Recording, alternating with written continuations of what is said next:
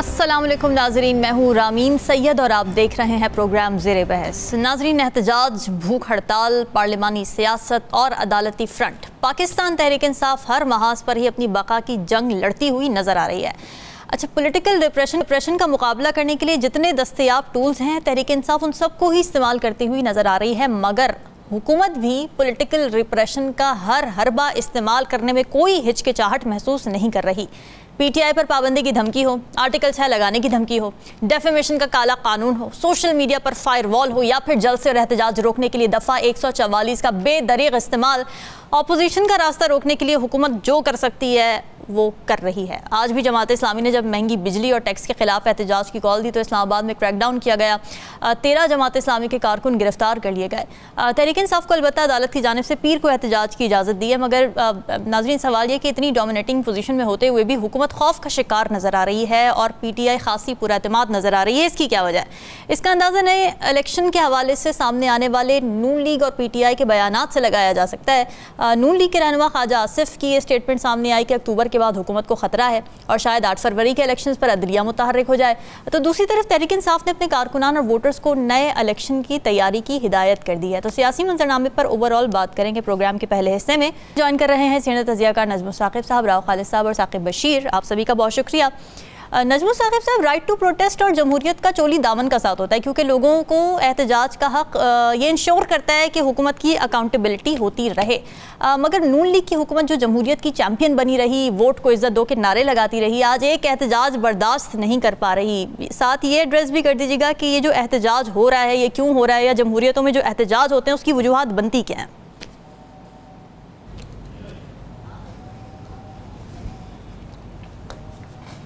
जी शुक्रिया रामीन। देखिए, ये जो एहतजाज आपने कहा ना कि ये तो किसी भी जमहूरी यानी कल्चर में जमहूरी हुकूमत है, जमहूरी मुल्क है, उसमें लोग एहतजाज करते हैं। कुछ एहतजाज तो परमानेंट होते हैं, हर हफ्ते चले जाते हैं आप किसी पार्क में, पुरअमन एहतजाज जिसको कहते हैं ना जी। लेकिन इस किस्म का एहतजाज और इसका जो कल्चर बन गया है ना, इसकी बुनियादी वजह है इंसाफ की अदम मौजूदगी।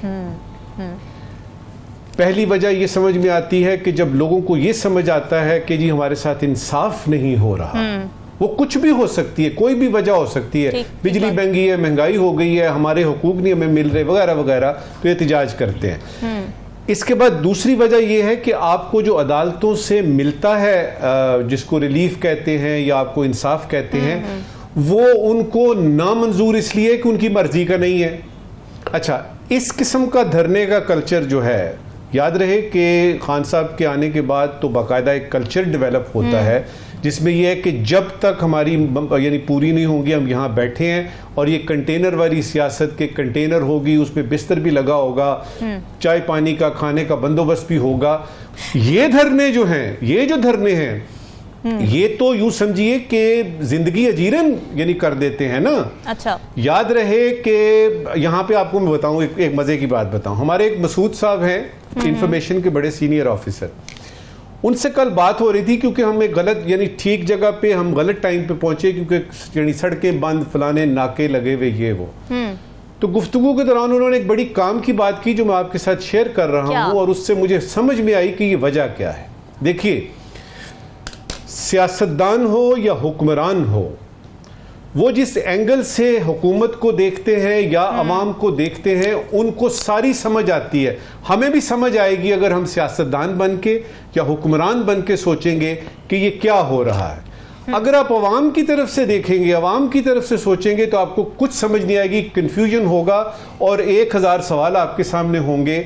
ये क्यों हो रहा है, क्यों उनसे यानी उनका जो बैट है छीना गया, क्यों इस इंट्रा पार्टी का रौला डाला गया, क्यों इलेक्शन फेयर नहीं हुए, क्यों ये इलेक्शन कमीशन जो है अभी तक ये यानी रुकावटें डाल रहा है, इतने सारे क्यों होंगे। लेकिन अगर आप देखें इसको हुक्मरानों के एंगल से, या वो लोग जो कि बिजली का बिल नहीं देते, जो कभी ट्रैफिक में फंसते नहीं है, उनका तो मसला ही नहीं है, हाँ। उनके एंगल से देखें तो ये एक सियासी अमल है, ये एक सियासी अमल है जो कि यानी उनके नजदीक ये अच्छा, ये जैसे अभी हम देख रहे थे, यही 92 पे चल रही था, ये यानी टिकर चल रहा था कि हुकूमत ने ये कहा है कि जमात इस्लामी के साथ हम जो है वो बात करने को तैयार है। भाई क्यों? ये तहफ़्फ़ुज़, वो जो आईने तहफ़्फ़ुज़ वाले हैं उनका क्या कसूर है, और ये जो PTI वाले एहतजाज कर रहे हैं उनका क्या कसूर है। बॉटम लाइन क्या निकलती है? बॉटम लाइन ये निकलती है कि बड़े लोग जो हैं, बड़े लोगों से मुराद ये है अमीर लोग जो हुकूमत में हैं, जिनके पास रिसोर्सेज हैं, जिनको बिजली के बिल नहीं आते, जिनको गैस के बिल नहीं आते, जिनकी गाड़ियों में पेट्रोल जो है वो मुफ्त पड़ता है, जिनकी गाड़ियां, उनके पास मोटरसाइकिलें तो होती नहीं, जिनकी गाड़ियां ट्रैफिक में फंसती नहीं है, उन लोगों का ये मसला है ही नहीं। ये मसला मेरा, आपका, राव साहब का, यानी नजमुल साकिब साहब, आप क्या ये कह रहे हैं कि सियासी एहतजाज से ज्यादा इफेक्टिव असल में अवामी एहतजाज होता है, और इस वक्त अवामी एहतजाज आपको नजर नहीं आ रहा है, एक सियासी एहतजाज नजर आ रहा है, राइट? देखिए, मुझे अवामी एहतजाज की क्या बात कर रही हैं आप? हमने तियानमन में देखा, हमने तहरीर स्क्वायर में देखा, हमने वो टैंक देखे यानी टर्की में, जो कि यानी अर्दवान के लिए लोग बाहर निकले। जो अवाम निकलती है ना, वो अगर निकलेंगे किसी वक्त तो वो तो फिर उसके बाद तो फिर बात खत्म हो जाती है। यहाँ पे क्या होता है, 2000 रुपए दिहाड़ी है, 2000 रुपए दिहाड़ी है। मैं यानी जमात इस्लामी या आप अपने मौलाना साहब जो हमारे हैं, बड़ा एहतराम है उनका मेरे दिल में, उनके पास तो तंजीम है कि वो 1 घंटे के अंदर अंदर 500 लोग इकट्ठे कर सकते हैं जिनके हाथ में लाठियां पकड़ी होंगी, लेकिन वो अवाम नहीं है, वो उनके कारकुन हैं। अवाम जब निकलते हैं ना रामीन, तो वो ये ऐलान नहीं करते कि हम भूख हड़ताल करने लगे हैं, हम धरना देने लगे हैं। वो पहुंच जाते हैं और वो उनको उस वक्त तक, और फिर हुकूमत कोई भी दुनिया के किसी मुल्क की हुकूमत, चाहे जमहूरियत है, चाहे फिस्तायत है, चाहे डिक्टेटरशिप है, इस अवाम के इस ग्रोह से, जो कि हो सकता है 500 है, 1000 है, 2000, मुझे उस किस्म का कोई अवाम का नजर इसलिए नहीं आ रहा कि लोगों को पता है, ये अभी 9 और 10 मई का वाकया पेश आया है, लोगों को पता है कि जो ही बाहर निकले पकड़े जाएंगे। वो कौन सी चीज है, ये आखिरी इस वक्त की बात कर रहा हूं, वो कौन सी चीज है जो अवाम को अंदर से लेके आती है, जिस तरह केन्या में हो रहा है। आप यकीन कीजिए, वहां पे कोई लीडर नहीं है, अमेजिंग एग्जांपल, सारा कुछ यूट्यूब पे वो कर रहे हैं, और उन्होंने हुकूमत को ऑलरेडी ढेर कर दिया है, इसलिए कि उनके अंदर के जज्बात जो और थोड़ी सी दयानतदारी, ठीक है, आगे चलते। ठीक है राव खालिद साहब, मुख्तलिफ ममालिक में हमने देखा है कि एहतजाज जो है वो गेम चेंजर साबित होता रहा है। ताज़ा मिसाल एक तो कीनिया की ज़ाहिर नजमुल साकिब ने बात की, फिर बांग्लादेश की बड़ी एग्जांपल इस वक्त है कि स्टूडेंट्स जिस तरीके से निकले, अपनी जानें कुर्बान की, हसीना वाजिद की अथॉरिटेटिव रजीम के ख़िलाफ़ जाकर उनको मजबूर कर दिया, अदालतें खुलवा दी, उनके हक़ में फ़ैसला आ गया, अभी भी एहतजाज कर रहे हैं। हमारे मुल्क में एहतजाज क्यों कामयाब नहीं होते? क्या यही वजह है कि एहतजाज सियासी होते हैं, हमारे मुल्क में अवामी नहीं होते, अवाम नहीं निकलती, अवाम सियासतदानों की इंटेंशन जानती है, उनका साथ उस तरीके से नहीं देती, और दिहाड़ी वाली बात की नजमुल साकिब साहब ने, यही मसला है? देखिए, मसाइल तो बहुत सारे हैं, लेकिन बुनियादी मसला यही है कि जो एक अवाम और सियासतदान का जो रिश्ता है और राब्ता है, वो बड़ा पेक्यूलियर किस्म का है। उसमें बेनिफिट बेस्ड है, नौकरियां, सड़कें, नालियां, इस टाइप का हमने रिलेशनशिप को डेवलप कर लिया। उसमें कोई नज़रियाती तौर पे उस तरह से नहीं होता। जब नज़रियाती तौर पे आप किसी चीज़ से एफिलिएटेड होते हैं, या आप किसी नज़रिए की खातिर जब शुरू करते हैं, जहाँ भी आप देखेंगे इस चीज़ को, भले वो नज़रिया महंगाई से पिसे हुए लोगों का हो कि हमने इससे जान छुड़ानी है, इस माशी जो निज़ाम है जो तबाह कर रहा है गरीब को, भले वो किसी और आइडियालॉजी पे खड़े हों, जमहूरियत की आइडियालॉजी पे खड़े हों, तो वो फिर पनपता भी है, चलता भी है, प्रोटेस्ट भी होता है। भुट्टो साहब के खिलाफ एक नज़रिए पे प्रोटेस्ट कराया गया, तहरीक निज़ाम नफाज मुस्तफ़ा, एक आइडिया दिया गया और उसके बुनियाद पे वो इलेक्शन, वो सारा प्रोटेस्ट हुआ और बहुत ज़ोरदार किस्म का हुआ। उसके पीछे कुछ और मकासद जो थे वो बाद में जब मार्च चलने लगा तो पता चला। लेकिन जब भुट्टो साहब को फांसी हुई, तो उसके बाद भी बहुत एहतजाज हुआ जिसकी कवरेज नहीं होने दी गई, जहां लोगों ने खुद सोजी भी की। वो एक नजरिया और एक आइडिया जो भुट्टो साहब के साथ अपने आप को एफिलिएट करते थे, वो रहा, वो एक बड़ी लंबी उसकी तहरीक चली, और उसके नतीजे में जब जिला वतनी से वापस आई बेनजीर भुट्टो, तो फिर उनको दोबारा से लोगों ने इलेक्ट किया। जब आप नजरिए और उसके आइडिया के ऊपर चलते हैं तो फिर इसी तरह से होता है। अब हमारे पास एक कह लें कि अपॉर्चुनिटी कह लें या एक नजरिया कह लें जो मौजूद है इस वक्त, वो है पाकिस्तान तहरीक इंसाफ का, कि वो जो उन्होंने जिस तरह से अपनी बिल्ड की कैंपेन एब्सोल्युटली नॉट से शुरू करके और फिर सारा पाकिस्तान के अंदर लेके आए 8 फरवरी को इलेक्शन में, उसकी रिफ्लेक्शन में नजर आई बड़ी प्रीडोमिनेंटली उन्होंने जीता वो इलेक्शन। वो एक चीज़ है। अब वो दिन था 9 फरवरी जिस दिन उस नज़रिए को बेस बना के पीटीआई जो है वो एक ऐसी तहरीक चला सकती थी कि वो कम अज़ कम जो आप पाकिस्तान में इंतखाबात की क्यों नहीं चला सकी राव खालिद साहब, और आवाम क्यों नहीं निकली? अगर 8 फरवरी को आवाम ने वोट दिया पीटीआई को, आवाम को गुस्सा नहीं आया, एजिटेशन नहीं पैदा हुई, फिर भी नहीं निकले, पीटीआई भी एहतजाजी तहरीक चलाने में नाकाम रही है, क्या ये डिफरेंस या ये जो हम कह सकते हैं कि फासला क्यों है आवाम में और तहरीक इंसाफ के नज़रिए में? उसमें बुनियादी जो आपको चीज़ समझ आती है कि हमारे वो पॉलिटिकल जो लीडरशिप है और अवाम का जो रिलेशनशिप है, अगर पीटीआई के लिए लोग निकले हैं तो उसकी वजह उस लीडरशिप की वो कमांड थी, वो नज़रिया था जिस पे वो कन्विंस किया, राइटली और रॉन्गली लोगों को कन्विंस किया उन्होंने कि वो बंदा जेल में था। ठीक है, उसकी जगह पे जिसने कॉल देनी थी कोई ऐसा बंदा मौजूद नहीं था जो उस बुनियाद पे कॉल देता। अपने तय लोग किस हद तक प्रोटेस्ट कर सकते थे या थोड़ा बहुत किया भी है, कर भी रहे हैं, अभी भी चल रहा है थोड़ा बहुत, लेकिन एक लीडरशिप भी चाहिए होती है उसके लिए कि जो आपको लेके साथ चले, जिसके पीछे आप खड़े हो। इमरान खान की गिरफ्तारी से पहले आप देखते हैं एहतजाज हुए, कितने भरपूर किस्म के प्रोटेस्ट हुए और किस तरह ब्रूटली उसको रोका गया। जो 25 मई का था यहाँ पे इस्लामाबाद में जो हुआ, जो पेशावर से वो लेके आए थे, उसमें आप देखते हैं। और एक बार नहीं कई बार उन्होंने किया, कई प्रोटेस्ट हुए जिसको बड़ा फेडरल गवर्नमेंट ने रोका। जब परवेज खटक साहब सीएम थे उस वक्त वहाँ से जो आए काफिले और सारा, तो ये मुख्तलिफ वक्त पे ये होता रहता है। काजी हुसैन अहमद का मुझे याद है, उन्होंने प्रोटेस्ट किया था, फिर मौलाना फजल रहमान 88-89 में किया था जिसपे गोली चलाई, फिर शहीद हुए बच्चे उसमें। इस तरह से काजी साहब का जो पिंडी में प्रोटेस्ट था उसके ऊपर इसी तरह से हुआ। तो वो जब नजरिया या लीडरशिप होती है साथ, वो फिर पूरी तरह से। लेकिन राव खालिद साहब यहाँ पे ना, ये जो आप लीडरशिप की बात कर रहे हैं ना, मुझे यहाँ पे ची गुवेरा की एक कोट याद आ रही है। उन्होंने कहा था कि liberators do not exist, people liberate themselves. आपको इख्तिलाफ है इस कोट से? एग्जैक्टली नहीं, मुझे बिल्कुल भी इख्तिलाफ नहीं है, लेकिन ची गुवेरा की बड़ी लॉन्ग स्ट्रगल थी एक, और उसमें नो डाउट वो एक ऐसी स्ट्रॉन्ग लीडरशिप थी। आपने जैसे कोट उसका सुनाया, उसके कोटेबल कोट्स हैं और लोग उसको पूछते थे, उस बंदे के पीछे इस तरह से चलते थे। हमारे यहाँ इस किस्म की सूरत हाल दो वजह से नहीं है। एक तो लीडरशिप के साथ एफिलिएटेड होना, तो उनके जज्बाती लगाव होना, वो अपनी जगह पे मौजूद है। दूसरी चीज़ ये है कि जिस भी मुल्क के अंदर बहुत ऑर्गेनाइज्ड फोर्सेस मौजूद होती हैं, जैसे हमारी आर्मी है, तो वहाँ पे इस किस्म की एक इनकलाबी किस्म की सड़कों पे आके तहस नहस करने वाला काम वो बहुत कम होता है और बहुत ही रेयर होता है। 77 में हमने देखा वो उसको नहीं कर सके तो मार्शल लॉ इम्पोज हो गया। एक फियर भी हमारे यहाँ ये मौजूद है कि इस किस्म की तहरीक के नतीजे में आप किस तरफ फिर निकल सकते हैं, किस तरफ जा सकते हैं पॉसिबली।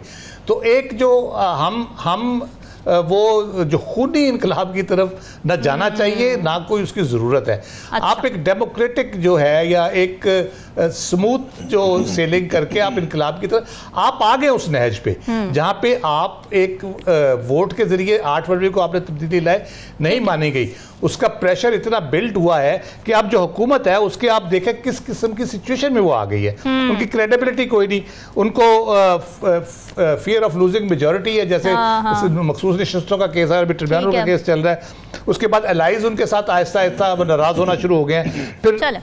फिर मुक्तदरा का सारा बोझ हुकूमत ने मुक्तदरा पे डाल दिया अपना उठा के। और एक जो दो चीज़ें जो कॉन्स्टिट्यूशनल मेल्टडाउन की बात की गई, आपका इकोनॉमिक मेल्टडाउन भी हो रहा है। ये वो चीजें जो प्रेशर बिल्ड कर रही है, लोगों को फोर्स कर रही है कि वो बाहर आए। अब इस पे कौन दरमियानी रास्ता निकाल के इस सिचुएशन को हैंडल करता है। और मैं आखिरी बात करूं, मैं बार बार कह रहा हूं, नए इंतखाबात फेयर, फ्री और एक क्रेडिबल इलेक्शन कमीशन के नीचे बहुत इंपॉर्टेंट होंगे, वो मसले का हल निकाल सकते हैं। ठीक है साकिब, मैं देख रही थी ज़ाहिर 144 नाफिज हुई हुई है। होम डिपार्टमेंट पंजाब की मैं स्टेटमेंट देख रही थी, एलामिया देख रही थी, उसमें लिखा हुआ था कि जो दफ़ा 144 इसलिए लगाई गई है कि प्रोटेस्ट होगा, लोग इकट्ठे होंगे, दहशतगर्दी का ख़तरा है।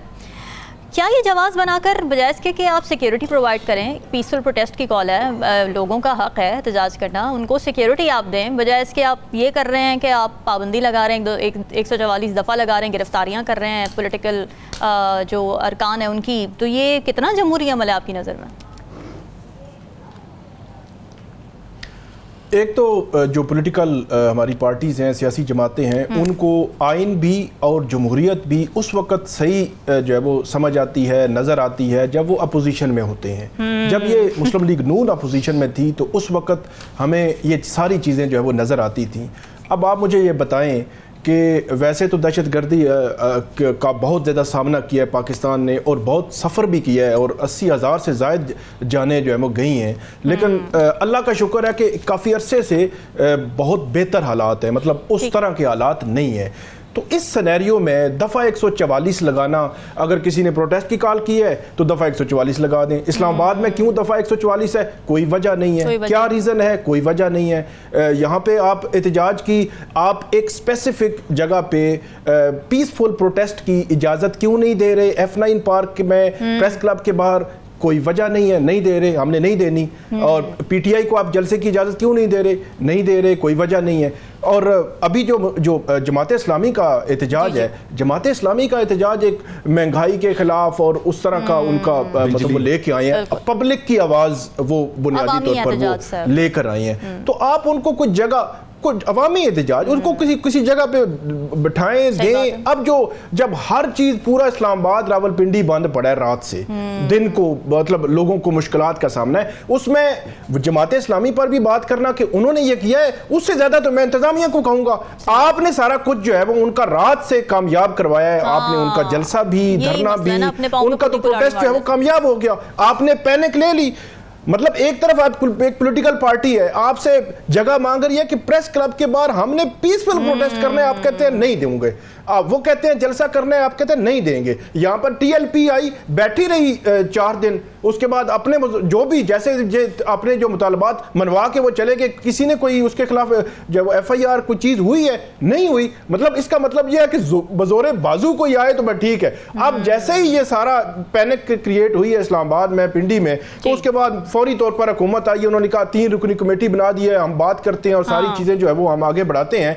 असल बुनियादी तौर पर गवर्नमेंट जो है वो 3 माह हुए हैं अभी गवर्नमेंट को आए हुए, और मसाइल दर मसाइल उसको दरपेश हैं। और उसके सबसे बड़ी वजह 8 फरवरी के इलेक्शंस पर जो सवालिया निशान है वो ख़त्म नहीं हो रहा।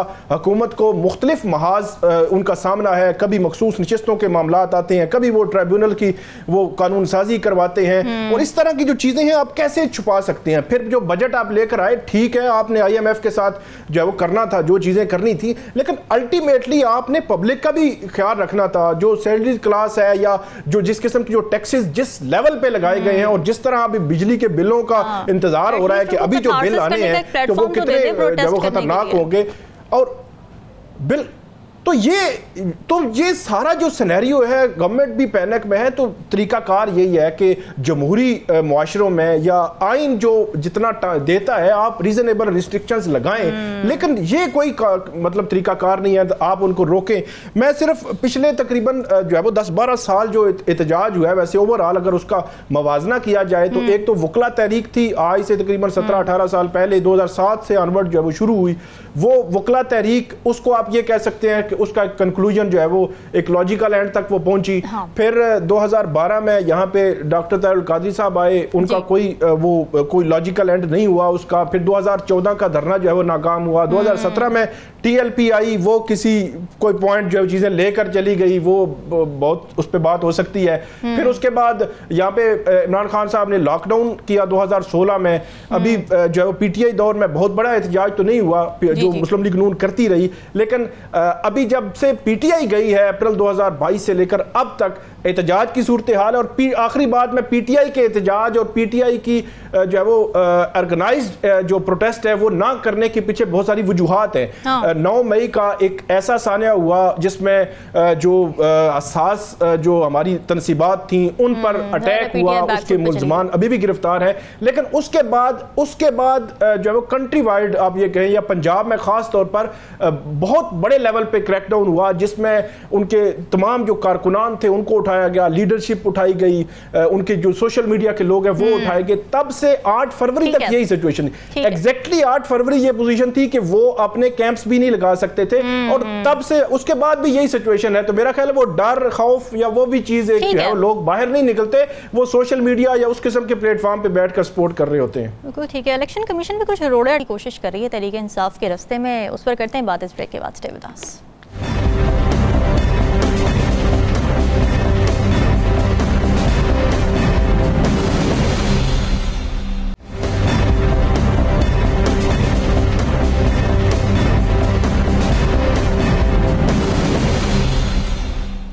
वेलकम बैक नाज़रीन। सुप्रीम कोर्ट ने मखसूस नशस्तों के केस में तहरीक इंसाफ को पार्लिमानी पार्टी डिक्लेयर कर दिया था, और इलेक्शन कमीशन को ये हिदायत दी थी कि तहरीक इंसाफ को मखसूस नशस्तें दी जाएँ और आज़ाद कारकुनान जो कि PTI के थे उनको PTI का मेंबर तस्लीम कर लिया जाए। अब इलेक्शन कमीशन ने इस हुक्म पर अमल दरामद का आगाज़ कर दिया। 39 अरकान तहरीक इंसाफ के जिनको उसका मेंबर डिक्लेयर कर दिया गया, मगर इलेक्शन कमीशन ने 41 आज़ाद अरकान कौमी असम्बली के मामले पर सुप्रीम कोर्ट को ख़त लिख दिया है। इलेक्शन कमीशन ये कहता है इस दरख्वास्त में कि 41 आज़ाद अरकान ने पार्टी वाबस्तगी की दस्तावेज़ात जमा तो करा दी हैं, और ये लिखा है कि वाबस्तगी तहरीक इंसाफ कन्फर्म करेगी, मगर इलेक्शन कमीशन रिकॉर्ड में तहरीक इंसाफ का कोई पार्टी स्ट्रक्चर ही नहीं है। तो फिर आज़ाद अरकान की पार्टी वाबस्तगी की तस्दीक कौन करेगा? क्योंकि इलेक्शन कमीशन ये कहता है कि बैरिस्टर गौहर इलेक्शन कमीशन के रिकॉर्ड में पार्टी चेयरमैन नहीं है, लिहाजा सुप्रीम कोर्ट इस मामले पर रहनुमाई करे। राव खालिद साहब, क्या ये एक कोशिश है इलेक्शन कमीशन की एज़ यूजुअल रोड़े अटकाने की, जैसे कि गलत तशरीह की पहले अभी भी इस तरह का मामला है, या फिर आपको लगता है जो कानूनी निकात उठाए गए हैं पार्टी स्ट्रक्चर की एब्सेंस से मुतालिक ये जेन्युइन है? देखिए, जब से इलेक्शन कमीशन बनाया है उसने इतनी तारीख रकम नहीं की जितनी पिछले साल 1.5 साल में कर दी है उसने, और पूरी किताबें, कई किताबें लिखी जा सकती है। बिल्कुल सही बात। हाँ जी।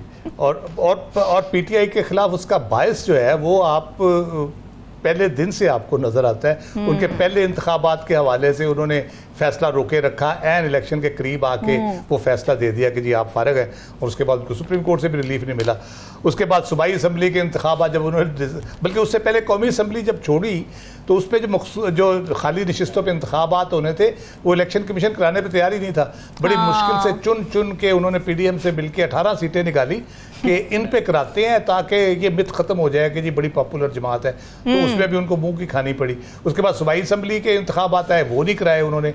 उसके बाद जनरल इलेक्शन आए, वो नहीं कराए, उसको लटका दिया। फिर इलेक्शन के इनकाद के हवाले से तो सुप्रीम कोर्ट कह रही है कि आपने हमारे फैसले को गलत इंटरप्रेट किया है। तो अब करंट इशू पे हम आते हैं। अब ये देखें कि 39 ने जो कागज जमा कराए थे, साकिब बशीर मुझे दुरुस्त करेंगे, जिस दिन उन्होंने वो कागज जमा कराए जिसको उन्होंने दुरुस्त तस्लीम किया, क्या उस दिन पार्टी एग्जिस्ट करती थी इसके इलेक्शन कमीशन के अपने कागजों में, जो वो जिसको कहते हैं जी साकिब, वही तो टाइम था जब उन्होंने कहा कि जी आप पार्टी नहीं है। जी बिल्कुल नहीं करती थी, ये पॉइंट ठीक नहीं करती थी उस वक्त, ये नहीं करती थी कि इलेक्शन, उसी पे तो मसला शुरू हुआ सारा। ठीक है, उसी पे तो मसला शुरू हुआ सारा कि उन्होंने उसको माना ही नहीं पार्टी को। उनको फिर कभी इधर से कभी उधर से उनको निशानात का मसला बना, उनको पार्टी एफिलिएशन का मसला बना। उसके बाद सुन्नी इत्तेहाद कौंसिल, अगर वो पार्टी उस वक्त जिन्होंने दस्तखत किए थे उनके दुरुस्त तस्लीम कर लिए गए हैं तो उन्हीं के दस्तखतों से 41 के भी कर ले तस्लीम। पहली बात तो ये है। ठीक है। दूसरी बात ये है कि आपने 39 लोगों की पार्लिमानी पार्टी को तस्लीम कर लिया है। हाँ, ठीक है, उसी पार्लिमानी पार्टी का हिस्सा बनेंगे ना ये। उसी पार्लिमानी पार्टी के किसी बंदे को आप कह दें जी कोई भी लिख के दे दे इनका पार्लिमानी लीडर, तो हम इसको तस्लीम कर लेंगे। ठीक है। तीसरी बात ये भी साकिब बशीर से आप कंफर्म कर लीजिएगा, इनकी कंटिन्यूस कम्युनिकेशन है PTI के साथ उनके इलेक्शंस के हवाले से और मुख्तलिफ चीज़ों के हवाले से। बिल्कुल। तो अगर वो स्ट्रक्चर एग्जिस्ट नहीं करता, आप किसको एड्रेस कर रहे हैं वो लेटर्स? वो किसको लिख रहे हैं, किसको रिकॉग्नाइज कर रहे हैं आप? PTI के मेंबर के तौर पे, PTI के किसी भी रुकन के तौर पे किसको आप तस्लीम करके उससे कम्युनिकेशन वो कर रहे हैं सारी। तो ऐसे ये देखने डालने वाली बात जो होती है, मिसाल तो मुझे और भी बड़ी अच्छी याद आ रही थी लेकिन मैं जरा हल्की फुल्की दे दी है। तो ये बुनियादी तौर पे ये कंटिन्यूटी है उस बदनीयती की, उस बायस की जो पहले दिन से PTI के खिलाफ इस इलेक्शन कमीशन ने अपना रखा हुआ है और अभी तक उसको छोड़ने के लिए तैयार नहीं है। सलमान अकरम राजा साहब ने बड़ा क्लियरली बताया, जो मैंने बात की, उन्होंने कहा जी हमारे सदर और सेक्रेटरी जो हैं, जिनको ये अभी तक मानते नहीं ना हमारे इंतखाबात पे फैसला कर रहे हैं, उनको सदर और सेक्रेटरी करके ये खत लिखते हैं बैरिस्टर गौहर को और उमर अयूब को, उनको एड्रेस करते हैं बतौर पीटीआई के सदर और सेक्रेटरी के। तो फिर क्या कबाहत है उसमें, सिवाय इसके कि आप एक खामखा की एक प्रॉब्लम क्रिएट उसमें करना चाहते हैं। आप सुप्रीम कोर्ट इस पे जब करेगी तो फिर उस पर एक पॉलिटिकल बयानिया बनाया जाएगा, देखिए जी घर बैठे उनको सहूलत दे रहे हैं, राह चलते को इंसाफ दिया जा रहा है, वो पार्टी मौजूद नहीं थी उसको दिया जा रहा है। भाई मसला ही सारा पीटीआई का था पहले दिन से, पीटीआई का इशू था, पीटीआई के बल्ले का निशान था, पीटीआई के इंतखाबात थे। आप अभी आपके पास इंतखाबात की सारी पड़ी है ना डिटेल, उन्होंने दोबारा करा के आपको जमा कराएं, तो उस पर कोई फैसला कर दे, उस पर मेहरबानी फरमा दे, रिजेक्ट ही कर दे उनको, तो कुछ तो करे ना ताकि मामला आगे चले।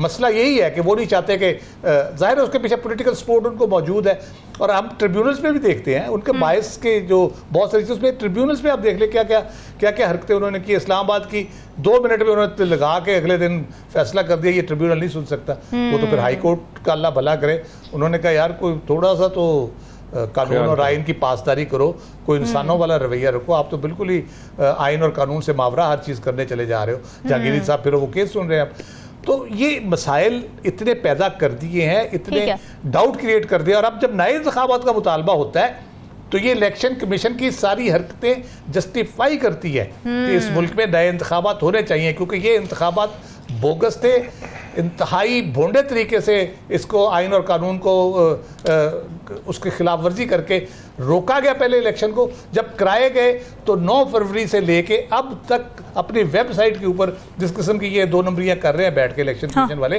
वो पूरी तरह जवाब मुहैया करता है। अक्टूबर में पटिशन हो ना हो, सुप्रीम कोर्ट को मेरा ख्याल अब सुओ मोटो ले लेना चाहिए, जो इतनी नेकेडली इन्होंने सारा कुछ किया है। सुप्रीम कोर्ट खुद सुओ मोटो ले ले कि ज़रा अपना सारा रिकॉर्ड लेके आए। फिर बहुत इंपॉर्टेंट रिपोर्ट्स पड़ी हैं इनके पास, जिसमें ईयू की रिपोर्ट सबसे इंपॉर्टेंट जो अभी तक मंजर आम पे नहीं आई, ऑब्जर्वर की, वो सुप्रीम कोर्ट को मंगवानी चाहिए और पढ़ के इनको बुलाना चाहिए इलेक्शन कमीशन को उसके लिए। जी ठीक है। और नजमुल साकिब साहब, आपको भी लगता है कि ये इलेक्शन कमीशन की बदनीयती की कंटिन्यूटी है जो इस वक्त हम देख रहे हैं, और is there an end to it, और क्या अक्टूबर में जाकर ये मामला भी हल हो जाएगा, जैसे तहरीक इंसाफ एक्सपेक्ट कर रही है कि जी हमारे सारे मसले अक्टूबर के बाद हल हो जाएंगे? देखिए जी, मैं तो पॉलिटिकल साइंस का स्टूडेंट हूँ, पाकिस्तान हिस्ट्री भी पढ़ी है। क्या बात। मुझे इतने मासूम इलेक्शन कमीशन का ना किताबों में मैंने कहीं देखा, ना ही मेरी नॉलेज में है, अपनी मिसाल आप हैं। ये इतना मासूम इलेक्शन कमीशन है। आप कह रही हैं कि जी उन्होंने ये ज्यादती की, ये भी वो की, वो इतने मासूम है, जरा मुलाहिजा फरमाइए जी। जब डेट आने की बारी थी, इलेक्शन की डेट, तो उस वक्त प्रेसिडेंट साहब ने कहा ये डेट दें, उन्होंने खत रद्दी की टोकरी में डाल दिया। सुप्रीम कोर्ट जो है वो कह रही है कि जी डेट 90 दिन वगैरह, और वो कह रहे जी डेट हम देंगे। इतने मासूम हैं, और मैं ये यानी तंजन नहीं कह रहा, मैं वाकईतन कह रहा हूँ, वो इतने मासूम हैं कि अब इस वक्त वो सुप्रीम कोर्ट के पास गए हैं कि ये जो 41 MNAs है ना जिनको उन्होंने झंडी करा दी है, 39 को तो परचम पकड़ा दिया पीटीआई का, वो जो 41 हैं जिनको झंडी करा दी गई है, सुप्रीम कोर्ट के पास गए हैं। जरा वदाहत कीजिएगा, जरा हमें बताइए ये किस तरीके से ये हिसाब किताब करना है, मुझे ये बताइएगा। ये मासूमियत नहीं तो और क्या है कि आप एक तरफ इस तरह से आपका तंतना और आपका दबदबा और आपका हिसाब किताब ऐसे था, ऐसे लग रहा था रामीन, हमने वो प्रोग्राम उन दिनों में भी किए कि पाकिस्तान जमहूरिया पाकिस्तान में, इस्लामी जमहूरिया पाकिस्तान में सबसे ताकतवर अगर कोई इदारा है तो वो इलेक्शन कमीशन ऑफ पाकिस्तान है। मैं उसकी मासूमियत पे रश करता हूँ, और मेरी ख्वाहिश है कि वो अगर इस तरफ आ गए हैं कि अब सुप्रीम कोर्ट से पूछ रहे हैं, तो अब की दफ़ा जो सुप्रीम कोर्ट उनसे कहे वो इसको मान लें। 2-3 क्विक बातें करूंगा जी। देखिए ये मेल्ट डाउन की बातें हो रही है ना, अभी पिछले सेगमेंट में भी हुआ कि ये जी आईनी मेल्ट डाउन है, ये माशी मेल्ट डाउन है। एक मेल्ट डाउन की तरफ तवज्जो नहीं हो रही, और वो किसी की भी नहीं हो रही। वो है कि मेरे पाकिस्तान के अवाम के हौसलों का मेल्ट डाउन हो गया है, हो नहीं रहा, हो चुका है। और मुझे ये बताइए, मेरे अवाम का अगर मेल्ट डाउन हो गया तो आपने आईनी मेल्ट डाउन और मुआशी मेल्ट डाउन और सियासी मेल्ट डाउन, इसका करना क्या है? एक बात। दूसरी बात यह है कि मसला बुनियादी जिसकी बात हम इस वक्त राव साहब और हम कर रहे हैं, मसला आइन की तशरीह का है, मसला कानून की पासदारी का है, मसला जेल से आती हुई मुख्तलिफ आवाज़ों का है जिसने कंफ्यूज किया है, मसला केपी में पीटीआई की हुकूमत का है। एक मसला है, कोई इतने मसाइल, और सबसे बढ़ के जो मसला है ना वो ये है कि इस कैलेंडर में 9 और 10 मई है। ये बड़ी प्रॉब्लम है, यकीन कर लीजिए मेरी इस बात का, बड़े वसूख से मैं बता रहा हूं आपको कि वो बल्ले का छीनने से लेके और फिर ये 9 मई तक ये जितना कुछ भी हुआ है ना, पीटीआई जितने मर्जी एहतजाज कर ले, जो मर्जी कर ले, कुछ नहीं होने का, जब तक के ये मेल्ट डाउन ऊपर वाला जो है ना, जो अपर पोर्शन है इस घर का, उधर से इजाजत नहीं मिलेगी, उधर से माफी नहीं मिलेगी, उधर से कुछ चीज ऐसी नहीं होगी, ऐसे चलता रहेगा। इस वक्त की आखिरी बात देखिए, सवाल के जवाब में सवाल कर दिया जाता है। इस वक्त की आखिरी बात कर रहा हूं, आप पीटीआई वालों से कहें कि आप 2018 में कैसे आए थे जी? जब पीटीआई वाले ये सवाल करते हैं ना कि ये हुकूमत तो जो है वो 8 फरवरी 9 फरवरी के इलेक्शन, फॉर्म 45, फॉर्म 47, तो इसके जवाब में उनको जवाब देने की बजाय ये सवाल किया जाता है कि जब 2018 में आप आए थे, ये एड होमिनेम आप अप्रोच कैसे है आए थे? अच्छा, इसमें बॉटम लाइन है रामीन, इसमें बॉटम लाइन है, हमारी सियासत का ऐसा हो गया हिसाब किताब कि किसी किस्म का भी जवाब देने को तैयार नहीं है, इसलिए कि हमारे पास सच्चा जवाब है ही नहीं। क्या बात है, ज़बरदस्त बात कर दी आपने। साकिब, इलेक्शन कमीशन ने जो टेक्निकल लकूनाज निकाले हैं पार्टी स्ट्रक्चर के लिहाज से, उसमें राव खालिद साहब ने भी लकूनाज निकाल दिए हैं। आपको क्या लगता है कि इलेक्शन कमीशन एक बायसनेस के तहत, एक मैलिफाइड इंटेंशन के तहत ये हरकतें कर रहा है, या फिर इसके अंदर कहीं ना कहीं कोई ना कोई मेरिट भी है? नहीं, वो इलेक्शन कमीशन चले पॉलिटिकल पार्टी या पीटीआई के साथ जो कुछ कर रहा है वो तो कर ही रहा है, लेकिन इलेक्शन कमीशन जो सुप्रीम कोर्ट के और सुप्रीम कोर्ट के फैसले के साथ जो कर रहा है वो काफ़ी हैरान कुन है।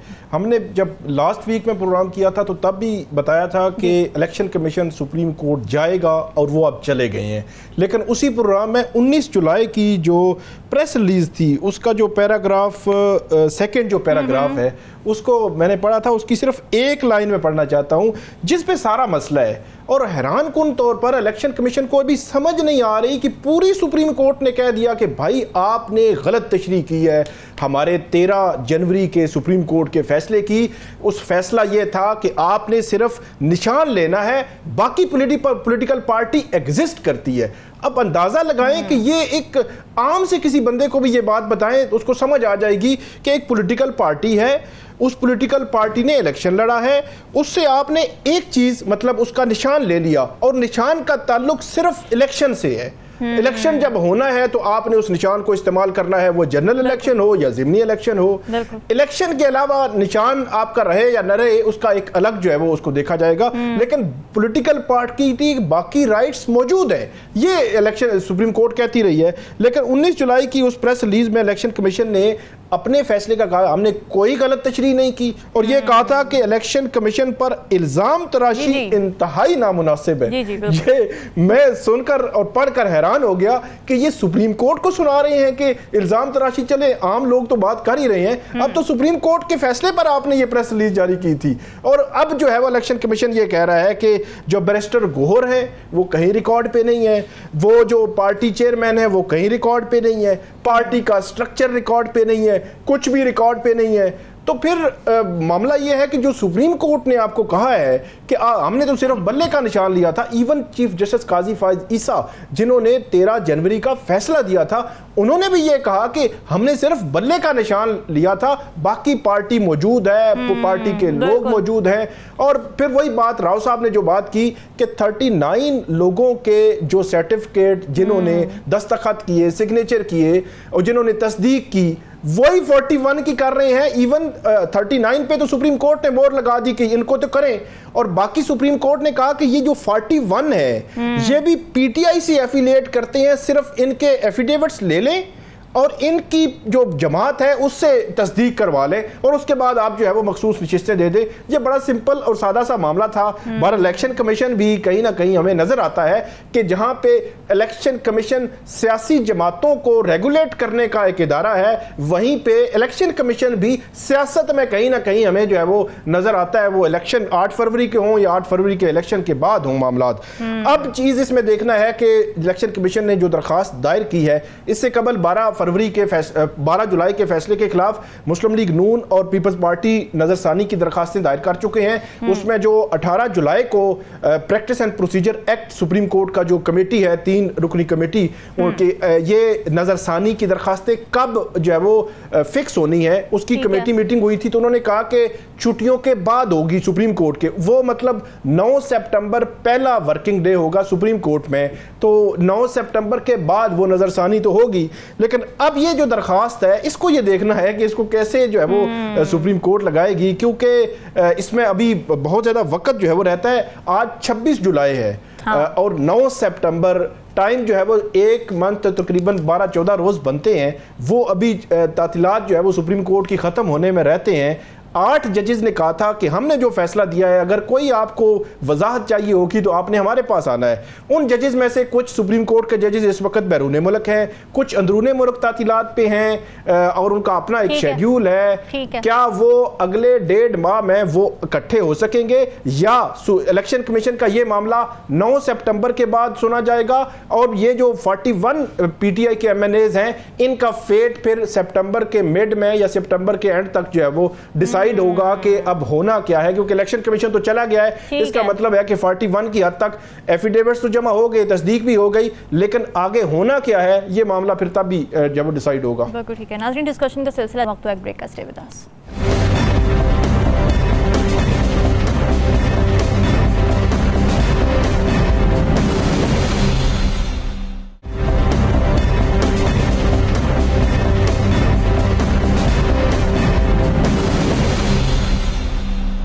Welcome back. अमेरिका के असिस्टेंट सेक्रेटरी डोनाल्ड लू एक बार फिर पाकिस्तान में खबरों की ज़ीनत बने हुए हैं। ये वही डोनाल्ड लू हैं जिन पर इमरान खान ने अपनी हुकूमत के खिलाफ साजिश करने का इल्ज़ाम लगाया था और साइफर केस की बुनियाद पड़ी थी। इस दफ़ा डोनाल्ड लू ने यह बताया है कि अमरीकी सदर जो बाइडन ने अपनी असम्बली में ये दरख्वास्त की है कि पाकिस्तान में जमहूरियत और इंसानी हुकूक़ के मसाइल से निमटने के लिए पाकिस्तान को $10 लाख की इमदाद की मंजूरी दी जाए। इस मौके पर डोनाल्ड लू की जानिब से एक अहम बात की गई। उन्होंने ये कहा कि अमेरिका इस्लामाबाद के बीजिंग पर हद से ज़्यादा इन्हिसार को रोकने की कोशिश करना चाहता है और ये कि पाकिस्तान में सरमायाकारी के मामले में चीन माजी और हम यानी अमेरिका मुस्तकबिल है।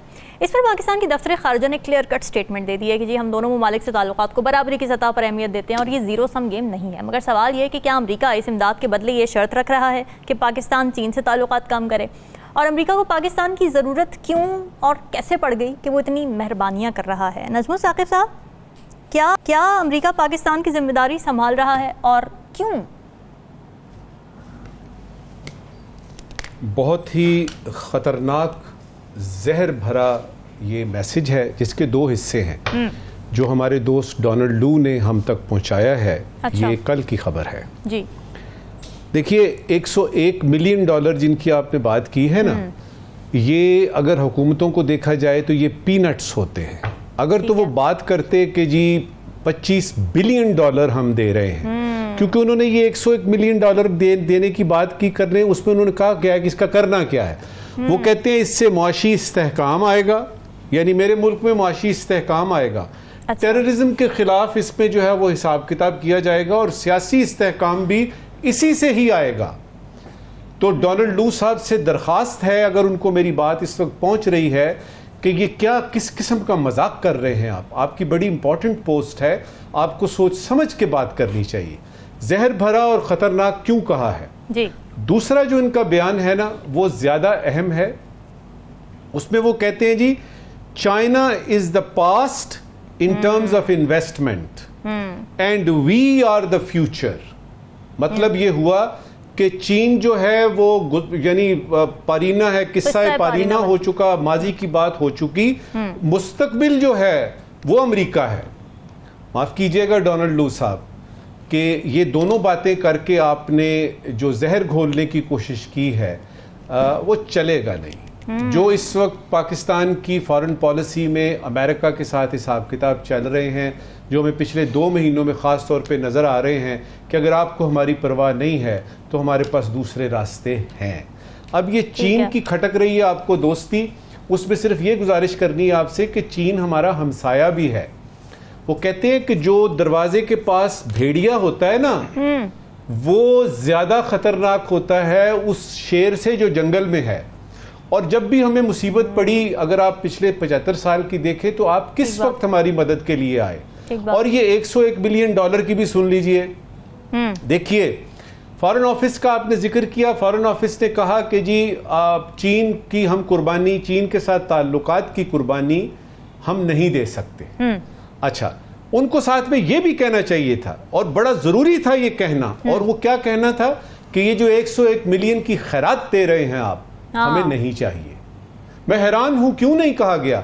इसलिए कि जब आप ये कहते हैं, पिछले अगर वो आया था ना रेजोल्यूशन उधर से, इतने कांग्रेसमैन ने ये कर दिया और वो कर दिया और पाकिस्तान में जमहूरियत नहीं है और वो जेल में फलाना ये वो, उस वक्त हमने कहा कि हम अपने मामलात खुद निपटा सकते हैं, हम अपने हालात खुद ठीक कर सकते हैं। अगर आपकी ये स्टेटमेंट दुरुस्त है, फॉरेन ऑफिस से गुजारिश है कि वो इसको सब्सटेंशिएट करें ना। अगर आप अपने मामलात खुद यानी निपटा सकते हैं और हम इस काबिल हैं बहैसियत एक कौम के कि अपने अंदरूनी जो हमारे हैं ये हिसाब किताब हैं उनका हम ख्याल रख सकते हैं, तो आपने ये क्यों नहीं कहा कि हमें आपके ये 101 मिलियन नहीं चाहिए। मैं हैरान हूं इस बात पे। अच्छा जी, समझने की बात जो है ना, वो इस वक्त की आखिरी बात समझने की बात एक है जो मैं डोनाल्ड लू साहब से भी कह रहा हूं, अपने फॉरेन ऑफिस से भी कह रहा हूं, और वो तमाम जो स्ट्रेटेजिस्ट हैं जो सोचते हैं कि जी पाकिस्तान जो है वो सिर्फ चाइना की तरफ ही जाना चाहिए और अमेरिका को जो है वो छुट्टी करा देनी चाहिए, झंडी करा देनी चाहिए, उन सब के लिए गुजारिश है 1-2 फिक्रों में। देखिए, डिप्लोमेसी जो होती है ना, सिफारतकारी जिसको कहते हैं, उसमें आप जरा देखते हैं कि दोस्त आपने बनाने हैं, बिगाड़ना नहीं है। ये सिफारत का बुनियादी एक असूल है। और उसमें आप समझते हैं कि चाइना के साथ रहने का मतलब है अमेरिका की दुश्मनी। ये क्लैरिफाई करना चाहता हूं, बार बार करता रहता हूं कि आप चाइना के साथ दोस्ती रखिए, लेकिन इसका ये मतलब नहीं है कि आप अमेरिका के साथ दुश्मनी मोल लें। ये है मेरी बुनियादी बात। बिल्कुल ठीक है। राव खालिद साहब, आपको क्या लगता है कि अमेरिका को पाकिस्तान की क्या बहुत ज़्यादा किसी मामले में ज़रूरत पड़ने वाली है, इसलिए इतनी मेहरबानियाँ कर रहा है, या फिर जो कंटेनमेंट ऑफ चाइना का प्लान है उसी में वो पाकिस्तान को भी शामिल करना चाहता है? क्या वजह लगती है आपको इस इमदाद के हवाले से बात करने की? एक तो मेहरबानियाँ जो है आपने प्लूरल इस्तेमाल किया है, मुझे तो कुछ नज़र नहीं आ रहा। उन्होंने जो हातम ताई की कब्र को लात मारी है, 101 बिलियन $10 करोड़, क्या ये पीनट्स होते हैं, जैसे कहा नजीर साहब ने। ये जो है ना उनकी मेहरबानी, उन्होंने इतना जनाब सारा खजाना उठा के हमारे हवाले कर दिया। अब यहाँ बिल्कुल ही किस्मत ही संवर जाएगी पाकिस्तान की। मसला बुनियादी तौर पर यह है कि गुज़श्ता को 15 साल से जब से उन्होंने इंडिया को स्ट्रेटेजिक पार्टनर बनाया और डील शील किया 2006 से जो उनका सिलसिला शुरू हुआ, न्यूक्लियर डील का भी और बाकी डिफेंस डील वगैरह का, उसके बाद से उनका ख्याल इनिशियली ये था कि इंडिया का जो कंटेन चाइना पॉलिसी है वो इंडिया बड़ा मुल्क है, तगड़ा मुल्क है, इसको मज़ीद तगड़ा करेंगे तो हम वो उस पर चल जाएंगे। लेकिन इंडिया उनको पकड़ा ही नहीं दे रहा है इसके ऊपर, ना रूस के ताल्लुकात के हवाले से ना चाइना के ताल्लुकात के हवाले से उनको उस तरह पकड़ा ही नहीं दे रहा। हमारा उनको पता है कि हम इसमें आलाकार बन नहीं सकते। हमने हमारी चीन की पॉलिसी अपनी जगह पे, अमेरिका के रिलेशनशिप अपनी जगह पे, और हमने इसी तरह इसको बैलेंस करके चलाने की कोशिश भी की हमेशा से। तो वो होता ही है कि जब उनकी बात नहीं बन पड़ती तो वो गुस्सा फिर ले दे के पाकिस्तान पे निकालते हैं। इंडिया तो ट्रेड पार्टनर भी है, सारा कुछ है, इसलिए उनको गुस्सा आता नहीं। मसला ये है कि जो जी बिल्कुल तो जो किस्सा पारीना की वो बात कर रहे हैं चाइना का, वो तो सारे एक्सपर्ट्स दुनिया भर के, इनके अपने मुल्क के, दुनिया भर के कह रहे हैं कि ये जो सदी है ये एशिया की सदी है। और क्योंकि एशिया में इस वक्त 2/3 ऑफ वर्ल्ड इकोनॉमी यहाँ पे है, ठीक बात है, half of population of the world इधर है, ठीक है। और ग्रोथ जो हो रही है इन यहाँ पे मुल्कों में, हम बदकिस्मती से पीछे हैं तो हम अपने इंटरनल मामलात की वजह से, अदरवाइज तो सबसे ज़्यादा ग्रोथ यहाँ पे हो रही है। बजाय इसके कि अमेरिका इसको कन्फ्लिक्ट जोन बना के रखे, कभी हमें पुश करे, कभी कहीं और शरारत करे, उसको चाहिए कि वो इस वक्त जो यहाँ पे सूरत हाल है उसमें एक सेहतमंदाना किस्म की मुआशी, तजारती, सनती और एक्टिविटी को जनरेट करे, उससे अपना फ़ायदा उठाए, इकोनॉमिक एक्टिविटी यहाँ पे उसमें हेल्प आउट करे, हमें भी करे, बाकी मुल्कों को भी करे। एक पीसफुल एनवायरनमेंट इस पूरे खित्ते में अगर क्रिएट होगी ना, तो मैं आपको यकीन से कह सकता हूँ पूरे दुनिया के अंदर मुआशी जो अबतरी है उसका खात्मे का वो बायस बनेगी, क्योंकि इतनी एक्टिविटी जनरेट हो सकती है। यहाँ पे बड़े ऐसे मुल्क पड़े हैं जहाँ पे कभी इस किस्म का बड़े बड़े इंडस्ट्रीज और उनका काम नहीं हुआ, जैसे सेंट्रल एशियन स्टेट है, तेल और गैस पैदा करके वो चलाए जा रहे हैं, हालांकि बहुत कुछ हो सकता है वहाँ पे। पाकिस्तान की एग्रीकल्चर, अफगानिस्तान, ईरान, फिर चाइना खुद, रूस, बांग्लादेश को शामिल कर रहे, श्रीलंका को शामिल, तकरीबन हाफ ऑफ द पॉपुलेशन है ये। इतनी बड़ी कंज्यूमर मार्केट है कि आप यहाँ से बहुत फायदा उठा सकते हैं। तो अपने थोड़े शरारती जो उसकी इंस्टिंक्ट है उसको जरा नीचे थोड़ा टोन डाउन करे और कोई इंसानों की तरह यहाँ पे ठीक है। यानी ये डील हमें कोई ख़ास सूट नहीं करती, क्योंकि ये इमदाद इतनी अच्छी अट्रैक्टिव पैकेज है नहीं। साकिब, आपको क्या लगता है, एक तो ये बात कि चाइना पाकिस्तान ताल्लुकात और चाइना अमेरिका ताल्लुकात ये अलहदा और इकट्ठे क्यों नहीं चल सकते? नहीं, वो अलग अलग ही इनको देखा जाना है, क्योंकि अल्टीमेटली जो अमेरिका है उसका जो असर व रसूख है उसको हम नज़रअंदाज नहीं कर सकते। वो किसी न किसी सूरत में हमें जो है वो नज़र आता ही है। डोनाल्ड लू साहब अभी जो बात कर रहे हैं, या वो 2022 में जो 21 में जो साइफ़र वाला जो मामला था वो भी अमेरिका की तरफ से ही आया था, और उस साइफ़र में जो कुछ जो है वो इमरान खान साहब दावा कर रहे थे वो अगर ना भी माना जाए तो उनको बाकायदा तौर पर जो है वो एहतजाज तो किया गया था पाकिस्तान की तरफ से। तो इसका मतलब ये है कि उन्होंने कुछ ऐसा कहा था पाकिस्तान को या जो स्टेट ऑफ पाकिस्तान को कि जिस पर जो है वो गम व गुस्सा का इजहार जो है वो किसी न किसी सूरत में किया गया था। तो असर और रसूख तो उनका मौजूद ही है, अमरीकी असर और रसूख को नज़रअंदाज आप नहीं कर सकते। रिसेंटली भी अगर आप देखें तो पाकिस्तान के हर मामले में, ये इलेक्शंस में भी आप देखें कि अमरीकी जो नुमाइंदगान है वहाँ पे बाकायदा करारदाद भी मंजूर हुई है। फिर अभी रिसेंटली भी जो PTI पर पाबंदी वगैरह की बात आई थी तो वहाँ जो तर्जमान है उन्होंने तशवीश का इजहार भी किया।